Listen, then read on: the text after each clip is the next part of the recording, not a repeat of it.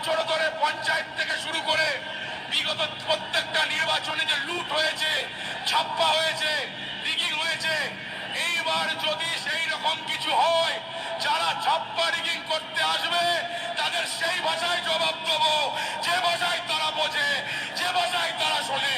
সেই জায়গায় দাঁড়িয়ে যেখানে যাওয়ার সেই জায়গায় পাঠাবো। এই কথা বলে রাখলাম। মানুষের 100% ভাবে স্বচ্ছভাবে ভোট দরকার।